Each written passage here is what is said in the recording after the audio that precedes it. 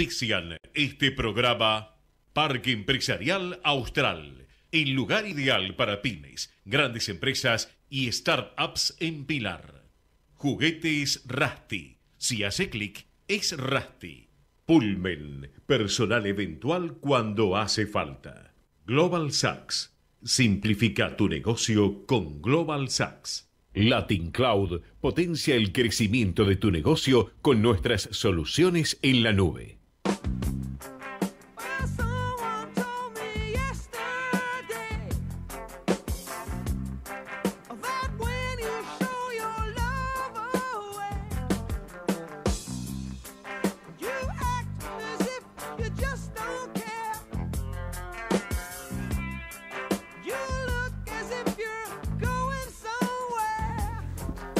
Bueno, muy buenas tardes. Una tarde muy linda en la ciudad de Buenos Aires. Les damos la bienvenida a Identidad Pyme, el programa que toca la realidad del sector en el país y que le da voz y protagonismo a los empresarios. Soy Pablo Orsinoli y me acompaña conduciendo Martín Yechua. Martín, ¿cómo te va? Hola Pablo, ¿cómo estás? Bueno, hoy con un programa con muchísima información, entrevistas para poder darle mucho valor agregado a los dueños de pymes, así que bueno, estamos con muchísima expectativa para el programa de hoy. Bueno, muy bien, Martín. Bueno, vamos a hacer un breve raconto de lo que aconteció la semana pasada. En primer lugar, el día sábado pasó Halloween. El día sábado fue Halloween, ¿no? Un hecho que nos toca externamente, podríamos decirlo así. Ya Arturo Jaureche hablaba en la década del 40 y 50 a propósito de la colonización pedagógica, ¿no? Cómo ha cambiado el comportamiento, sobre todo en las grandes urbes, ¿no? En Buenos Aires, seguramente en Córdoba, Rosario también, respecto de festejar cuestiones que son ajenas a la identidad local. Y no solo eso, sino que en breve, Martín, viene Thanksgiving, así que la invitación estará hecha, creo que es sobre fines de noviembre. Pero bueno, en relación con un poco de contexto económico y político, bueno, vienen las elecciones en Estados Unidos, eso es un tema muy pero muy importante, y de golpe parecería, ¿no?, que se parecen en carrera algunas cuestiones. Cristina Kirchner la semana pasada rompió el silencio con un mensaje que tuvo muchas interpretaciones, lo que para uno fue fuego amigo, para otros es un apoyo y empoderamiento a Alberto Fernández. Martín Guzmán, digamos, logró bajar el dólar aproximadamente un 15%, el mismo día que se desalojó también Guernica y a Dolores Echeverre del campo entrerriano en conflicto allá con el ex ministro del gobierno de Macri, lo cual, bueno, fue un alivio para el gobierno, ¿no? Y en adición a eso pareciera, ¿no?, como que la campaña política ya ha comenzado, teniendo en cuenta las legislativas del año que viene, ya cada uno de los dos partidos empiezan a tratar de posicionarse. De modo que, bueno, ese es un poco el termómetro político que está aconteciendo a nivel local. Martín, ¿tenemos alguna noticia más? Mirá, sí, tengo una acá cortita donde, digamos, habla que la actividad metalúrgica recuperó los niveles de producción prepandemia, ¿no? En septiembre, la Asociación de Industriales Metalúrgicos de la República Argentina, ADIMRA, publicó un informe que detectó que la actividad creció un 52% por encima del piso, ¿no?, alcanzado en abril. Aunque, digamos, advirtieron que existe, obviamente, una marcada heterogeneidad tanto regional como sectorial, ¿no? Bien, bueno, una linda noticia. Bueno, te cuento, en este contexto económico y político que brevemente presentábamos, hablaremos de datos relacionados a las empresas PYME con Pedro Cascales. Pedro es director de Relaciones Institucionales de CAME, pero previamente tenemos una entrevista muy esperada con Carlos Maslatón. Carlos es abogado y analista financiero, pero también un líder de opinión muy escuchado en algún sector en particular. Me avisan de producción que el señor Carlos Maslatón ya está en línea, le damos la bienvenida. Un gusto, Carlos, no sé si me está escuchando. Pablo Orsinoli lo saluda. Gracias por llamarme. Bueno, muy amable. Carlos, queríamos pelotear algunos temas vinculados con política y economía local.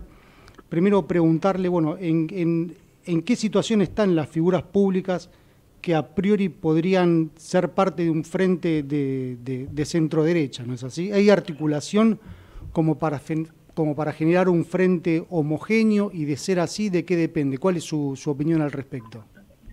Bueno, una cosa es como yo te describo cómo está la situación y otra cosa es mi voluntad política. Bien. Empiezo por lo segundo, que es más fácil. Mi voluntad política es en favor de la unidad total del sector. Todos los partidos en formación, fundaciones, líneas de pensamiento que van del centro a la derecha, en mi opinión tienen que unirse, no importa la formalidad del partido, de la agrupación de la cual provengan, y resolver las listas de candidatos el año que viene mediante elecciones internas, que pueden ser las PASO si se hacen, o si no, caso contrario, se hará una interna general, en mi opinión también a padrón abierto. Y esto es la forma que yo creo que se hace política. Se hace política con todos adentro y votando en las internas. Yo no conozco otra manera en que las personas se queden conformes y no rompan después las organizaciones, porque cuando uno va a la interna, si gana, gana, si pierde, pierde, si pierde, quedará en un lugar rezagado de la lista, pero está obligado a apoyar al que ganó. Así que esta es mi propuesta, y esto incluye todos los sectores. Vamos a nombrarlos algunos: López Murphy, Esper, Milei, Gómez Centurión, el Partido Demócrata, que yo integro, por ejemplo, absolutamente todo, unidos, esta cosa que armó Agustín Echevame, unido. Hay un montón de grupos, todos juntos. Esto es lo que yo quiero.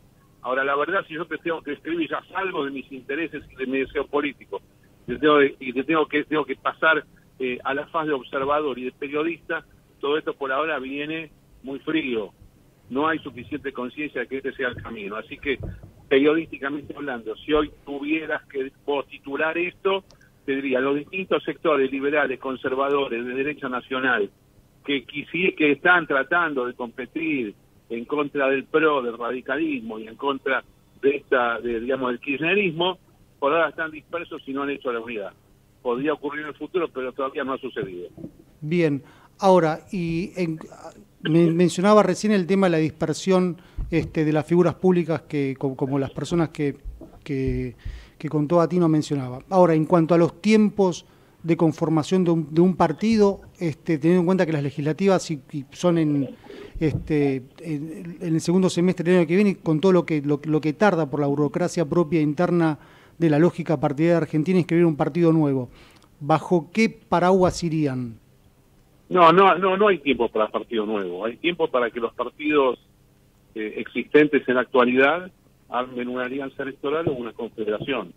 Eso es lo único que jurídicamente, desde el punto de vista político jurídico, lo único que se podría conseguir. De partido nuevo, olvídate, es imposible por el actual contexto del país y porque lleva tiempo armar un partido nuevo. Y en cuanto a las conversaciones de unidad, la experiencia indica que si a fin de año o en enero a más tardar no estamos todos del mismo lado, no va a haber un lado unificado, va a haber varias listas el año que viene.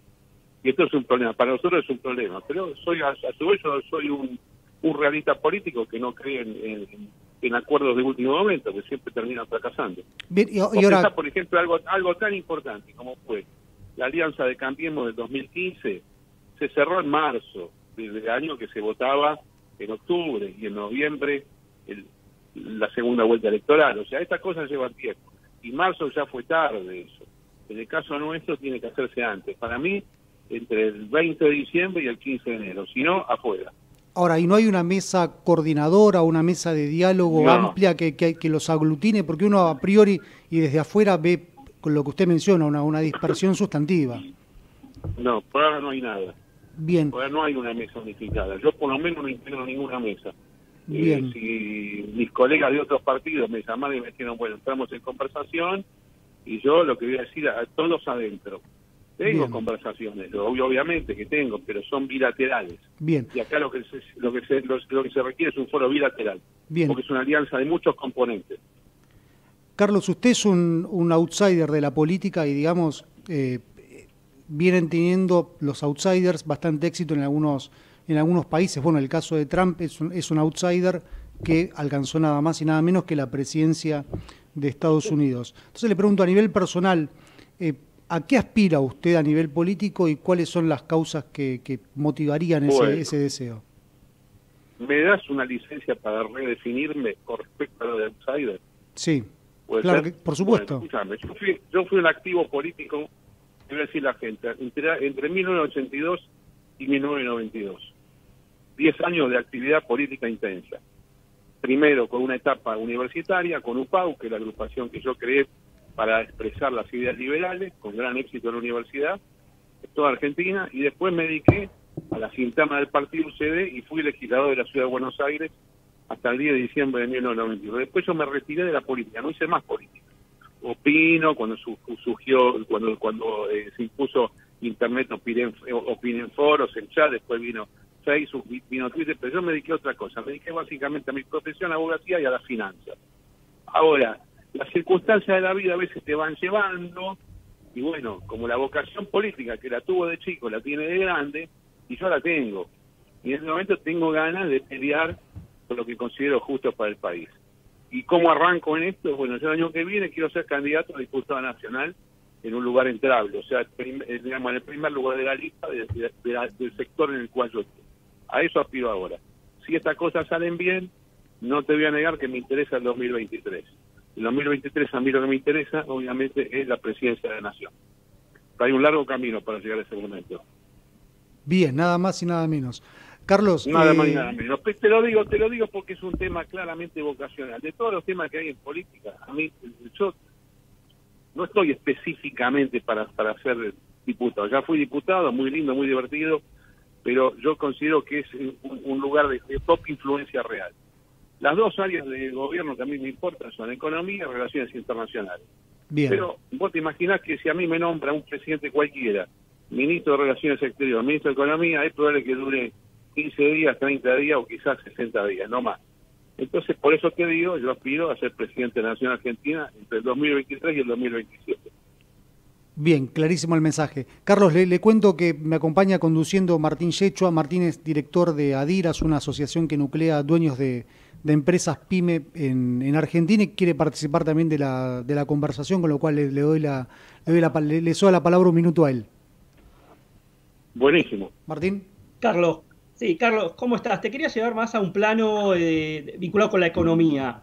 Te seguimos bastante en las redes y bueno, hace tiempo. Quería ver cómo ves al dólar por ahí en este contexto donde, bueno, pareciera que estaba un poco más estable el dólar blue la semana pasada, pero bueno, conocemos por ahí tus pronósticos. No sé si nos podés contar un poco sobre el tema. No, lo que hizo el gobierno fue intervenir en el mercado, intervenir indirectamente en el mercado del dólar negro, emitiendo deuda. Lo que ha hecho es una locura total. Es la misma irresponsabilidad del gobierno de Macri, tanto a nivel tesorería como Banco Central. Y es la forma en que en Argentina los gobiernos quieren evadir el principal problema que tiene, que es la falta de libertad de precios. No quieren que los precios reflejen la realidad. Esto va tanto para bienes de consumo, bienes y servicios, como tipo de cambio. Es muy grave que Argentina no tenga un tipo de cambio real que se pueda expresar en el mercado. Pero esta es la línea del gobierno. Prefiere tapar los problemas a través de intervenciones artificiales antes de ir al modelo cambiario de cualquier lugar del mundo, que es libertad de acceso con flotación cambiaria. Mi opinión es que esta caída es transitoria. Lo que ha hecho técnicamente el mercado negro es corregir la subida que fue de 122 a 194 pesos, y yo creo que hoy estamos viendo el mínimo de la corrección, acá en 163, 165, que es el precio a donde está operando ahora. Y mi predicción técnica, nuevamente, es que a pesar de las intervenciones y a pesar de esta forma de fraguar los precios que sigue el gobierno a continuación de los gobiernos anteriores, el próximo objetivo es superar los 211 pesos por dólar, y a 238 y a 283 son el número que me está dando ahora, y un tiempo después los números que yo di a conocer la semana pasada, hace un par de semanas, que son 355 y 535 pesos. Esto lo vamos a ver en los próximos meses. Y mi opinión también es que la moneda argentina actual, la actual moneda argentina no es la misma que había en los 90 o en los 80, es una moneda nueva, no convertible, de papel, que nace el día 3 de diciembre de 1991. Y para mí tiene, 3 de diciembre del año 2001. ¿Por qué ese día? Porque fue el día en que Caballo hizo caer la convertibilidad, sin decirlo, e impuso el corral financiero. Ahí empieza una nueva moneda, y mi interpretación es que esta moneda va a tener 21 años de existencia. Además, o sea que para final de 2022, Argentina va a desmonetizar esto que tenemos ahí y va a tener una nueva moneda. Convertible o no, dolarización o no, pero esto no va a existir más. O sea, lo que yo preveo es escalada inflacionaria, probablemente hiperinflacionaria, salvo que el gobierno consiga en algún momento algo que está olvidado en la historia argentina, que es el Rodrigazo. Es un ajuste rápido de todo sube 500%, vamos a los precios reales y después arrancamos de nuevo. Pero no lo veo por ahora por ese lado, y creo entonces que este artificio cambiario de esta semana va a caer y vamos a seguir con la escala ascendente del dólar negro que vimos desde principios de año. Bien, y Carlos, ahí también leímos que en un año vos ahí estás comentando que Argentina estaría tocando fondo. No sé si nos puedes comentar un poco más sobre eso que estás comentando por ahí ya hace un tiempo. Sí, yo no soy negativo, yo soy negativo ahora, de corto plazo. Soy negativo de corto plazo, pero yo soy muy positivo para Argentina de mediano y largo plazo. Es más, yo creo que dentro de un año vamos a terminar con la caída económica. No con la redención de la moneda, que eso va a ser un año más, pero sí vamos a ver el mínimo de actividad, el mínimo del valor de los precios de la bolsa, de los bonos, de la propiedad inmueble. Y en ese momento, en el peor de los momentos, va a empezar la recuperación. Siempre que vos tenés una recuperación, estás arrancando de un momento que es pésimo. Y viceversa, cuando vos tenés una caída, estás arrancando de un momento a donde la economía estaba a pleno. Bueno, mi interpretación es que 5 décadas y media de caída de Argentina van a finalizar exactamente dentro de 11 meses. Quiere decir que si tenemos esta conversación radial, por ejemplo, dentro de 2 años, y ya vas a ver, en mi opinión, ¿no? Esto es predicción y puedo estar equivocado, pero es lo que yo genuinamente pienso, que en 2 años vamos a estar en un país totalmente distinto, en ascenso. Y los próximos años van a ser muy prósperos para Argentina. Con lo cual, lo que te digo, que los que se van del país, los que venden, los que están decepcionados, no entiendo por qué lo hacen. Pero se van a querer matar dentro de unos años cuando vean que Argentina vuelve a ser un país espectacular como tantas veces fue. Bien. Carlos, me gustaría hacerle la última pregunta. Me quedé pensando en lo que mencionaba previamente, que de ser funcionario agarraría en un principio y antes de postularse para presidente en las elecciones de 2023 dos ministerios, o economía o relaciones exteriores. En concreto, ¿por qué relaciones exteriores? Me gustaría profundizar ahí. Mira, yo te voy a decir por qué. Mira, a mí me parece que la actividad política es pura forma, ¿no? Es pura forma. Es decir, uno hace política porque tiene interés en el poder. No estoy hablando de que busca un cargo público, el político de la primera línea. ¿Qué quiere? Bueno, quiere sentir que con su acción colabora para el país. Pero además existe la vocación temática por parte de cada uno. Si bien alguien me dice, ¿vos querés ser ministro de salud? Y yo respondo, no tengo capacidad, desconozco el tema. ¿Querés ser ministro de justicia? Y yo podría ser ministro de justicia porque soy abogado. Yo no estoy concentrado en eso en este momento. ¿Querés ser ministro político, ministro del Interior?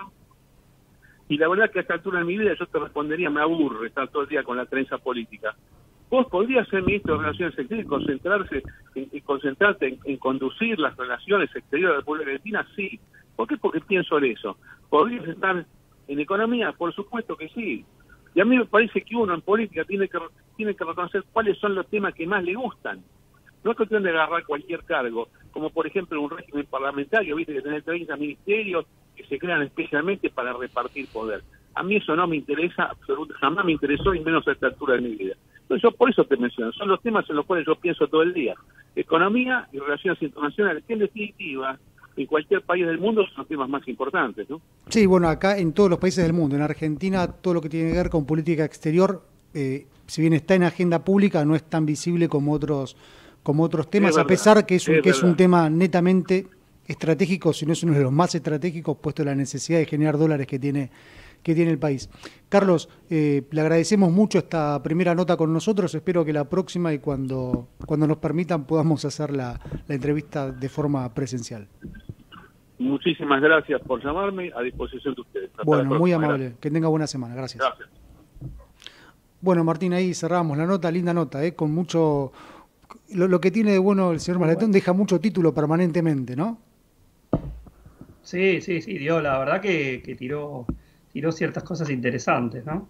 Bueno, muy bien, entonces, te propongo lo siguiente, vamos a escuchar un poco de música, volvemos en breve con Pedro Cascales, que como les decía previamente, es director de Relaciones Institucionales de CAME.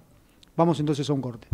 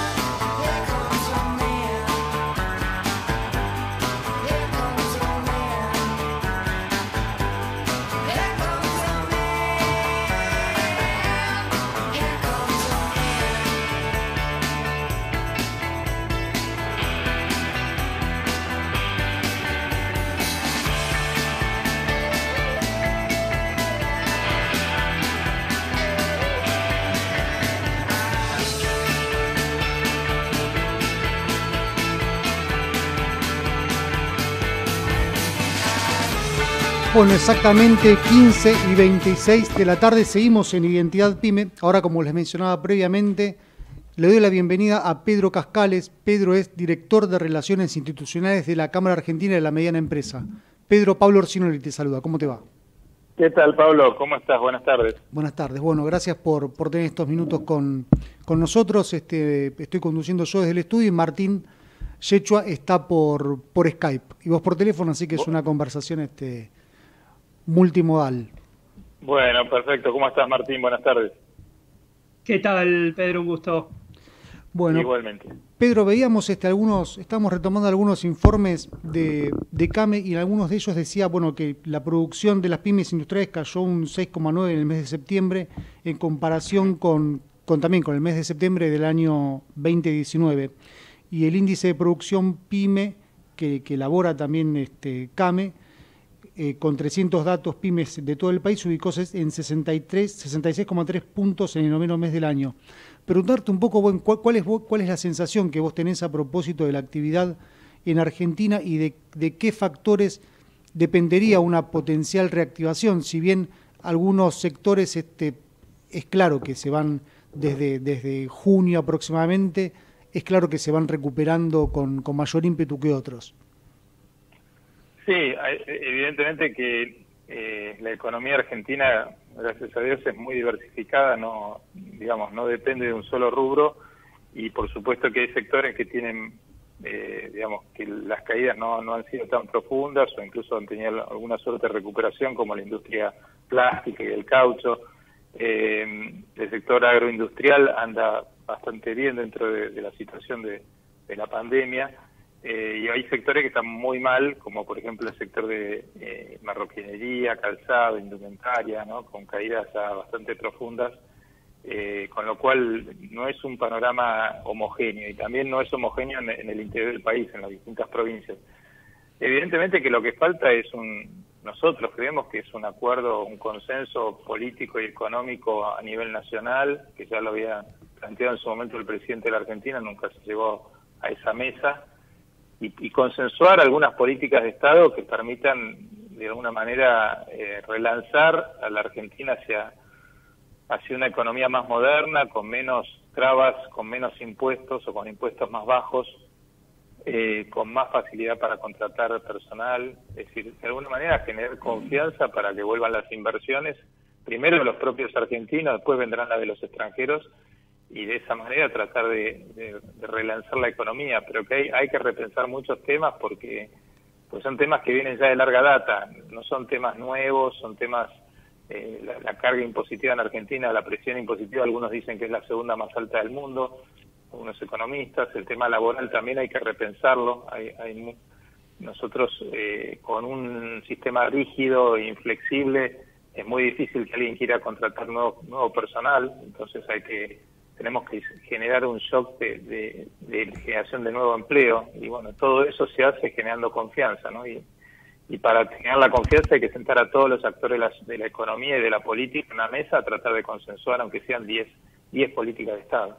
Bien, Pedro, mencionabas antes un tema que con Martín siempre lo abordamos, que tiene que ver con el acuerdo económico-social que la semana pasada, en ocasión de la carta que escribiera Cristina Fernández, volviera a situarse en agenda pública. Digo, desde tu punto de vista, ¿qué pensás a propósito de un potencial acuerdo que facilite un poco los niveles de previsibilidad del país a futuro y que pueda aglutinar tanto empresas, sindicatos y todos los actores que hacen a la actividad económica argentina? Esto desde tu punto de vista, ¿no? ¿Qué sensación tenés a propósito de esto que tanto se habla, pero pareciera que tan difícil es de alcanzar y sentar a todos en una misma mesa? No, yo creo que desde lo personal, y creo que en CAME la mayoría también piensan parecido, es necesario este tipo de acuerdos, porque además no es solamente un tema, más allá que lo haya impulsado en este caso la vicepresidenta, pero otros países que han salido adelante, han salido con este tipo de políticas, o países o regiones, por ejemplo, Cataluña salió con políticas así consensuadas, Nueva Zelanda hizo lo mismo, muchos países que han tenido crisis las han superado poniéndose de acuerdo en políticas de Estado que todos los actores suscriban, o tal vez la mayoría, no sé si todos, pues es muy difícil poner a todos de acuerdo, pero es fundamental, y es fundamental pensar qué país queremos hacia adelante. Nosotros no podemos generar más puestos de trabajo si no generamos condiciones propicias para la empresa, para las empresas, tanto las grandes como las pequeñas, y eso se logra consensuando políticas de Estado. Nadie va a venir a invertir si hay incertidumbre, y eso se logra con ese tipo de políticas de Estado. Ojalá en buena hora que así sea y que se despolitice un poco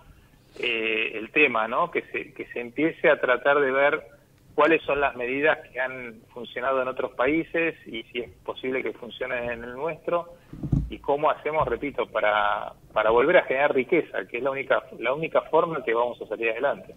Sí, respecto a esto que estás mencionando, justo hace unas semanas hicimos una encuesta con Adiras. Adiras es la Asociación de Directorios Asociados, que es un poco la asociación madre de este programa, y salía como resultado que, digamos, los empresarios PYME tienen una perspectiva piensan que le va a ir mejor a ellos de lo que le va a ir al país, poniendo en contraste esos dos actores, ¿no? Empresa y país. Y quizá está en relación con esto que vos mencionabas antes, ¿no? De cuál es el norte del país, que, digamos, hay mucha literatura, mucho escrito a propósito de que se desconoce un poco hacia dónde quiere ir el gobierno en materia de políticas públicas y de empuje hacia las empresas. ¿Qué pensás al respecto?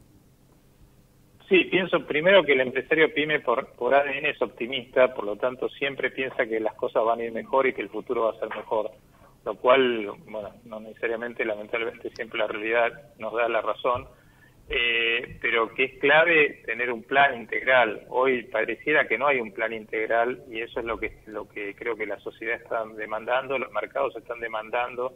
Por eso nosotros entendemos que está esta alta volatilidad que se traduce en el dólar, que en definitiva el dólar es un termómetro de desconfianza, no es más ni menos que otra cosa, ¿no?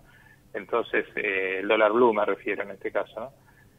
Con lo cual es necesario pensar en una salida hacia adelante, y una salida hacia adelante se construye con confianza y convocando a todos los sectores a una mesa, pero repito, acá vamos a tener que repensar muchas cosas, incluso cosas que puedan llegar a ser un poco molestas, como el sistema impositivo nacional, provincial y municipal, el sistema laboral, el régimen laboral. Es imposible que un país crezca con un sistema tan inflexible como el que tenemos ahora. Pues fíjate que ahora, con la prohibición de despido y la doble indemnización, una empresa que no tiene ingresos no le queda más alternativa que terminar quebrando. No tiene forma de hacer sobre todo las pequeñas empresas. Las grandes sí, pues las grandes deciden irse del país directamente. Entonces necesitamos regenerar la confianza para regenerar el consumo y la inversión. El otro tema clave es la inversión, ¿no? Estamos en niveles bajísimos de inversión. El otro día hablábamos con un economista de CAME, 9% sobre el PBI, el nivel de inversión privada en Argentina, cuando el nivel histórico está casi en el doble, y el nivel que necesitaríamos para que el país crezca realmente como los países que están a la avanzada del mundo está cerca de 30 puntos del PBI, no de 9. Entonces, fíjate lo mucho que hay que hacer para retomar una senda de crecimiento, que no es imposible, porque los argentinos tienen el dinero y los inversores extranjeros están ávidos de buscar lugares donde invertir, pero necesitamos generar las condiciones para que eso suceda, nada más que eso. Bien, Martín. Pedro, sí, quería consultarte, algo ya estuviste hablando, pero ¿cuáles crees que son o cuál es el factor más importante que hoy está perjudicando, ¿no?, a las pymes? ¿Tiene que ver con esto de la doble indemnización? ¿Tiene que ver con el tema impositivo? ¿Tiene que ver con el tema de los precios, de falta de por ahí de conseguir insumos? ¿Crees que es lo que más está hoy generando? Obviamente que sabemos que hay sectores y sectores, ¿no? Pero así por ahí hablando de forma más general. Mira, la verdad que casi reseñaste casi todos los puntos, ¿no? El sistema financiero también es otro punto que ahoga a las pymes con tasas de interés muy altas. Han bajado, pero siguen siendo altas. Pero el sistema impositivo también es agobiante, 160 distintos tipos de impuestos nacionales, provinciales, municipales. Casi una pyme se la pasa 6 meses del año solo para pagar impuestos. Un sistema laboral inflexible que lo que logra termina ahorcando a la empresa cerrando. Es decir, en Argentina solamente 2 empresas de cada 10 sobreviven los primeros años, 8 terminan cerrando, ¿no? Entonces hay un cúmulo de factores que hay que repensar para que esto tenga salida, y aparte de eso va a generar un círculo virtuoso. Vos fíjate, muchos dicen no se pueden bajar los impuestos, y nosotros creemos que no es así, porque si uno puede bajar los impuestos, entre muchos se puede pagar menos, en vez de pocos estar pagando mucho, que es lo que sucede ahora. La contracara de un sistema impositivo tan alto y tan burocrático es que hay una altísima informalidad. En Argentina se calcula que el 40% de la actividad es informal. Eso se podría revertir con un sistema impositivo fácil de pagar y de baja alícuota, ¿no? Y eso permitiría que lo que no va a impuestos va a consumo, va a inversión, y genera de vuelta, empieza a motorizar la rueda. Hay muchos temas que habría que hablar, pero después hay temas también de logística, ¿no? La logística en Argentina es muy cara, muy ineficiente, y también hay un tema de regionalización. Nosotros hacemos legislación en Argentina desde Buenos Aires para todo el país, pero el país tiene asimetrías enormes. Hay que repensar el país como regiones y federalizar incluso hasta el sistema impositivo. Habría que repensar un sistema impositivo que sea al revés, en vez de la nación recaudar y coparticipar a las provincias, que las provincias sean las que recauden y coparticipen en la nación, y que se maneje un sistema diferenciado de impuestos según las regiones. Pero bueno, hay muchos temas para replantear en Argentina y tal vez es el momento de empezar a dar esos debates. Pedro, me pareció muy interesante esta última reflexión, entre otras de las que mencionabas en relación a la posibilidad de federalizar el país y, entre comillas, empoderar a las provincias para que sean autosuficientes y autosustentables, ¿no? Y legislar desde cada una de esas regiones y no desde el ámbito de Buenos Aires, de forma tal de descentralizar un poco todo el aparato político, productivo y demás del país. Es un pensamiento con el cual a priori estoy sumamente de acuerdo. Me atrevo a decir que hay otro punto importante que tiene que ver con la problemática que hay en relación con el empleo, ¿no? Es llamativo, ¿no? Las brechas que hay, porque, digamos, no hay el empleo. Los jóvenes son los que más dificultad tienen para acceder al primer trabajo y son los que más padecen el flagelo de la informalidad. Sin embargo, hay sectores, hasta incluso te diría, industriales, que no consiguen el personal que necesitan para operar. A lo que quiero hacer referencia es a la brecha existente que hay entre educación y trabajo, que termina siendo un problema estructural que afecta a la inclusión laboral de muchos jóvenes, ¿no es así? Totalmente. El tema de la educación y la capacitación es un tema clave, central. La brecha tecnológica que se está dando es tan acelerada que nosotros seguimos estudiando en los colegios y en las escuelas técnicas con el espejo retrovisor, no mirando hacia adelante, ¿no? Estamos en la 4ª revolución industrial en el mundo y nuestra industria está entre la 2ª y con suerte la 3ª revolución industrial. Y la educación es más de la 2ª que de la 3ª, ¿no? Es decir, estamos todavía muy atrás en muchos temas, e inclusive en el tema laboral, ya que lo mencionas, también habría que federalizar. No es lo mismo para una pyme, una empresa, pagar un salario de comercio en Buenos Aires, donde hay un nivel de actividad, también hay un nivel de costo de vida X, que en el interior profundo de la Argentina, ¿no? Y eso también atenta, hoy con la globalización que hay, con los mercados electrónicos, atenta también a más concentración en las grandes ciudades y disminuye también la proliferación de empleo y de comercios y de industrias en el interior. También hay que repensar ese punto, ¿no? Es decir, a veces, fíjate también lo que sucedió con la ley de teletrabajo, ¿no? A veces se quiere proteger tanto al trabajador que se lo termina perjudicando, sí, porque se generan tantas trabas y tantos requisitos que al final atentan con la generación de más empleo. Efectivamente así lo es. Bueno, Pedro, hemos repasado un sinnúmero de temas, has dejado títulos muy interesantes, entre ellos el tema de la federalización de impuestos y demás, de modo tal que te despedimos y te agradecemos mucho esta nueva nota con Identidad Pyme. Bueno, gracias a ustedes, les deseo una buena tarde, muchas gracias. Bueno, muy amable, buena semana, Pedro, gracias. Bueno, Martín, ahí pasaba Pedro Cascales, entonces también ha dejado títulos, muy interesantes reflexiones, y me gustó mucho porque también, naturalmente, al margen de hablar de los datos vinculados con los informes que realiza la Cámara Argentina de la Mediana Empresa, también dio su opinión sobre temas que son sumamente importantes para el desarrollo del país. Así que bueno, vamos ahora con la tanda publicitaria, Martín, y volvemos en breve. Ecomedios.com AM1220. Estamos con vos. Estamos en vos.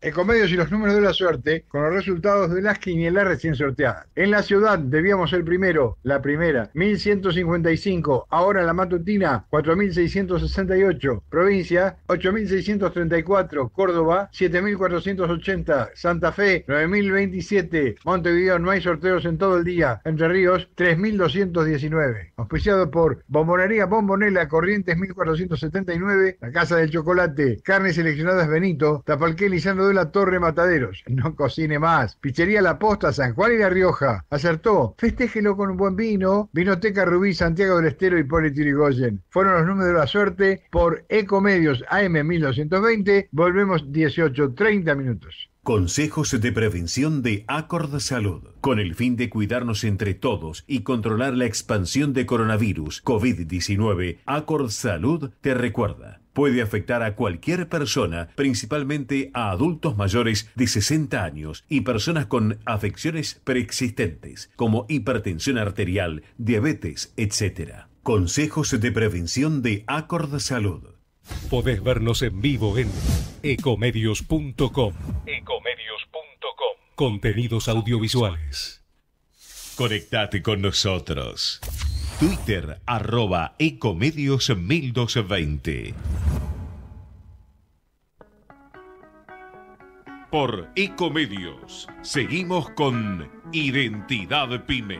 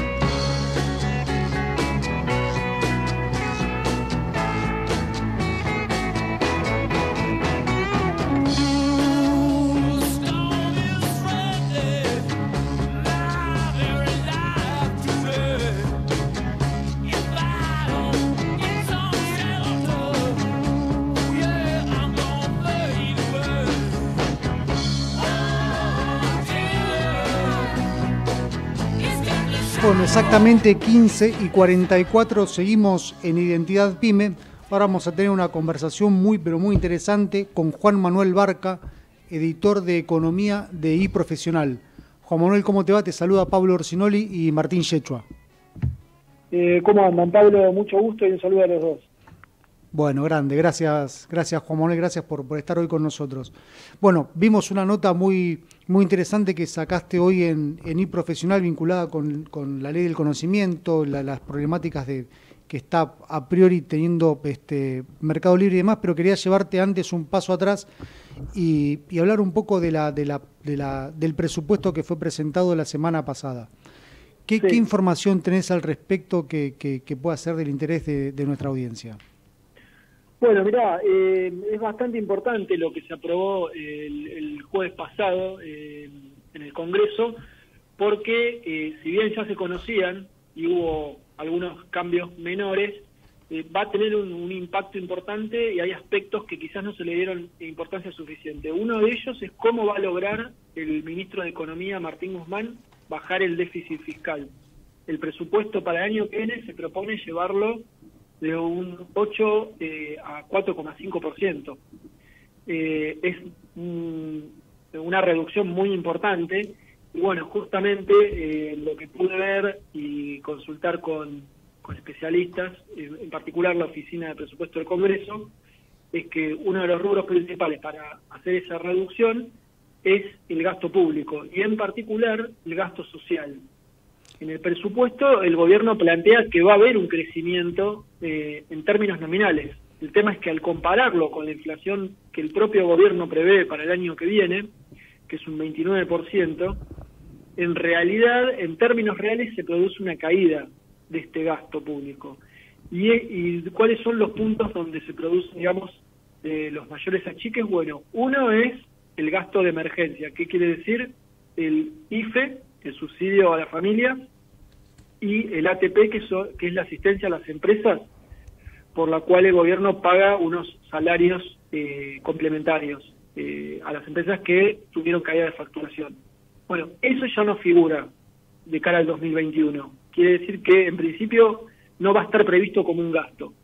Puede ocurrir, como me señalaron desde el gobierno, que evalúen que sea necesario en su momento, pero por ahora no está previsto. Entonces ya eso es una diferencia de más de un billón de pesos. Y por otra parte tenemos después también reducciones en lo que refiere a jubilaciones, que bueno, es el principal rubro de lo que es el gasto social.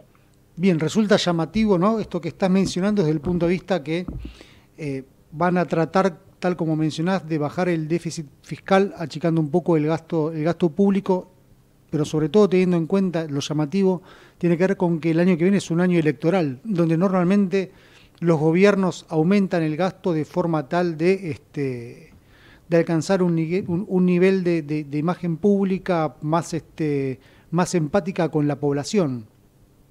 Claro, eso que decís es totalmente así, es llamativo, pero bueno, la forma en que justamente está presentado es que no es una caída nominal, sino que es en términos de la inflación, que todavía no sabemos de cuánto va a ser, pero la que proyecta el gobierno incluso es modesta, ¿no? Es un 29%, hay privados que proyectan más de inflación, con lo cual la caída podría ser aún más pronunciada.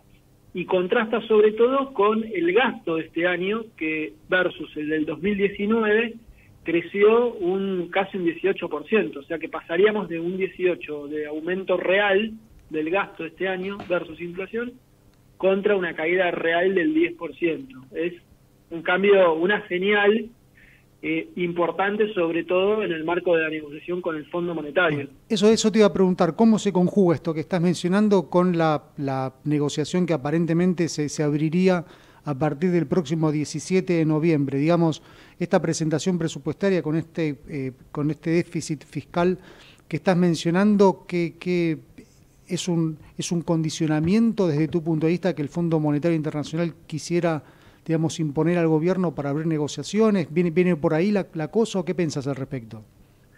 Sí, es una señal importante porque el mensaje que envía es que no está previsto un gasto por la pandemia, que se supone que la pandemia va a seguir el año que viene, pero por cómo está elaborado el presupuesto, pareciera que ya el año que viene no hay pandemia. Y la OMS reconoció hace unos meses que esto va a durar, la pandemia.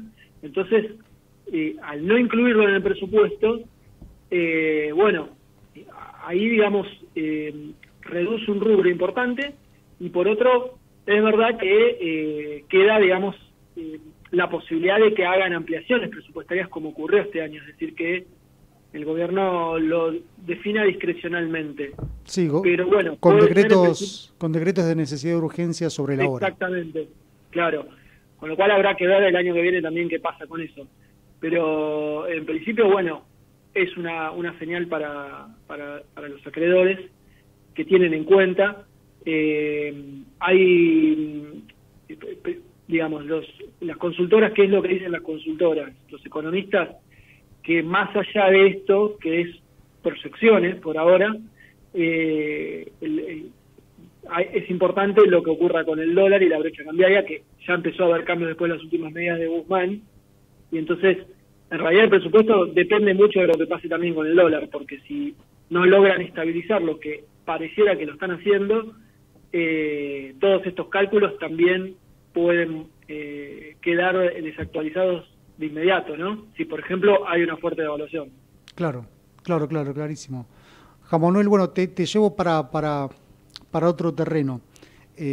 Una de las empresas más sólidas y más rentables de Argentina, y me atrevo a decir de Latinoamérica, como Mercado Libre, que genera muchísimos puestos de trabajo vinculados con la tecnología, tiene un modelo de negocios que, entre comillas, trasciende un poco en apariencia su objeto social, lo cual ha despertado la embestida del gremio bancario puntualmente. Me gustaría si pudieras profundizar un poco en esta situación que está viviendo la empresa y cuáles son los pros y los contras un poco de este barullo que se viene anunciando hace bastante. Sí, como vos señalás, es una pelea, un conflicto que ya viene desde por lo menos hace 2 o 3 años, y lo que ocurrió, digamos, en las últimas horas es un nuevo capítulo de estas tensiones que tiene que ver con el pedido que le hizo el gremio bancario, liderado por Sergio Palazzo, al Banco Central para reencuadrar los negocios de la plataforma y realizar una inspección para controlar los libros y documentos de la empresa. La principal novedad es que el gremio apuntó al Banco Central, que es el encargado de hacer cumplir las normas del sistema financiero. Hasta ahora lo que había hecho el gremio el año pasado era intentar encuadrar a los afiliados en su convenio. Esta vez optó por un nuevo camino, que es que no habla en su reclamo de 31 páginas al que pudo acceder de una afiliación, sino que habla directamente de los negocios de la empresa. ¿Y cuál es el argumento? Bueno, que Mercado Libre extendió su actividad comercial en el terreno de la intermediación financiera y que de esta manera realizó operaciones de crédito y de captación de dinero sin la autorización del Banco Central. En otras palabras, para simplificarlo, está diciendo que Mercado Libre, a través de Mercado Pago y Mercado Crédito, que son otras 2 plataformas, está realizando actividades de un banco. Entonces, que el Banco Central debería aplicar la Ley de Entidades Financieras y regularla como si fuera una actividad bancaria. Bien. ¿Martín? Sí, Juan Manuel, ¿cómo estás? Te quería consultar, ¿el plan de transferencias, el 3.0, apunta a democratizar el mercado que está hoy dominado por Mercado Libre? ¿Cómo ves ese tema?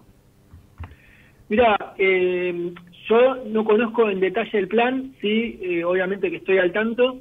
Lo que yo pude ver es que tanto ese plan que anuncia el gobierno como correo, el correo de compras, ahora no me acuerdo el nombre exactamente, ¿no? Pero se trata de 2 iniciativas diferentes, una que intenta emular una plataforma como la de Mercado Libre, pero impulsada por el Estado, y la otra, este plan de transferencias que implica salirle a competir a Mercado Libre con un sistema de comisiones con topes, claro. Cosa que obviamente no le conviene a Mercado Libre tener este tipo de competencia.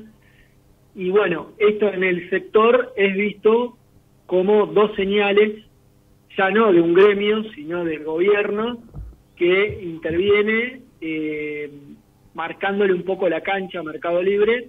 Y si querés, la tercera señal es la Ley de Economía de Conocimiento, que ustedes la empezaron mencionando al principio del programa. Sí. Resultaría interesante ver, Mercado Libre es una firma que no opera solamente en Argentina, naturalmente, sino que en otros países latinoamericanos con toda seguridad lo está haciendo y con mucho éxito. Resultaría interesante ver cómo es el comportamiento de la empresa en otros lugares para ver no qué prácticas son implementables en cada uno de los lugares, sino de qué forma es, entre comillas, regulada Mercado Libre en otros países en comparación con Argentina. Sí. Ese me parecería un tema muy, muy interesante. Bueno, de hecho, ahora que lo mencionás, el pedido, digamos, del gremio bancario, esta nota que le envían al Banco Central, compara las regulaciones a las que está sujeta Mercado Libre en los demás países donde interviene la plataforma, que es Brasil, México, Chile, Colombia, entre los principales. Y bueno, mencionan casos concretos como el de Brasil, donde se le aplica una regulación a Mercado Libre. incluso en algunos países, una regulación específica para Mercado Libre, no del sistema bancario en general.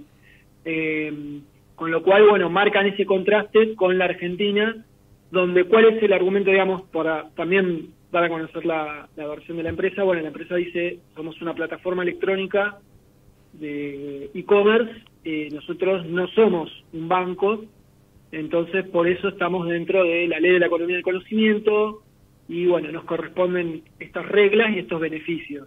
Claro, pero con la empresa Mercado Pago, como no es un banco directamente, pero es un, no sé si un prestamista, es una fintech, ahí está. Es una fintech y el gobierno anterior de alguna forma dejó, digamos, que las fintech se desarrollaran en un marco aparte del sistema financiero, no es el marco de la ley de entidades financieras. Entonces, por eso, digamos, el argumento es Mercado Pago es una plataforma electrónica, no es un banco. Claro. Ese es el argumento de la empresa. El gremio bancario, bueno, dice no, realizan una serie de operaciones que, siendo el volumen que tiene Mercado Libre de negocio, que tiene una evaluación de 60.000 millones de dólares y opera en Wall Street, sus negocios impactan en la política monetaria y financiera del país. Entonces, esto, digamos, debe ser, dice el gremio, regulado por el Banco Central porque tiene impacto en los usuarios, tiene impacto en la economía, y estas operaciones serían de intermediación financiera. Hay que ver qué hace el Banco Central. Esto, el Banco Central tiene que definir, el directorio, si le da lugar o no al pedido. Puede, por ejemplo, rechazarlo, puede ocurrir eso. Así que todavía no se sabe qué es lo que va a ocurrir. Bueno, pero es un tema súper interesante para darle un seguimiento, te diría de forma permanente, ¿no? Un poco cómo avanza esta situación con Mercado Libre, porque uno lo puede mirar desde varios lugares, desde la intervención estatal, desde, bueno, que hay derechos que Mercado Libre capaz que no está cumpliendo, desde la ley comparada entre países y de tratamiento igualitario para con la empresa. Hay múltiples visiones seguramente sobre este caso en particular. Sí, y te agrego lo último, si tenemos tiempo. Dale, bien rápido que ya estamos para entregar. Último, rápido, una mirada, un enfoque si querés más político. Bueno, el dueño Marcos Galperín, el CEO, el fundador, está en Uruguay. Eso marca una distancia con las políticas del gobierno y el gobierno también vio, un sector del gobierno del kirchnerismo, que la empresa, digamos, en el gobierno anterior se vio muy beneficiada, y bueno, hay ciertas tensiones que persisten. Sí, claramente el contexto político no lo favorece, entre comillas, a Galperín, eso sin dudas. Exacto. Así que bueno, Juan Manuel, te agradecemos esta primera nota con nosotros. La próxima, ojalá que pueda ser presencial en el piso de Ecomedios. Bueno, les mando un saludo y que sigan adelante con el programa. Dale, un abrazo grande, buena semana. Gracias. Bueno, Martín, terminamos otro programa de Identidad PYME, hoy muy picante, con mucha información sobre diferentes temas, de forma tal que desde acá, desde el estudio, te saludo, que tengas una buena semana. Nos encontramos el próximo lunes, 15 horas por Ecomedios AM 1220. Excelente.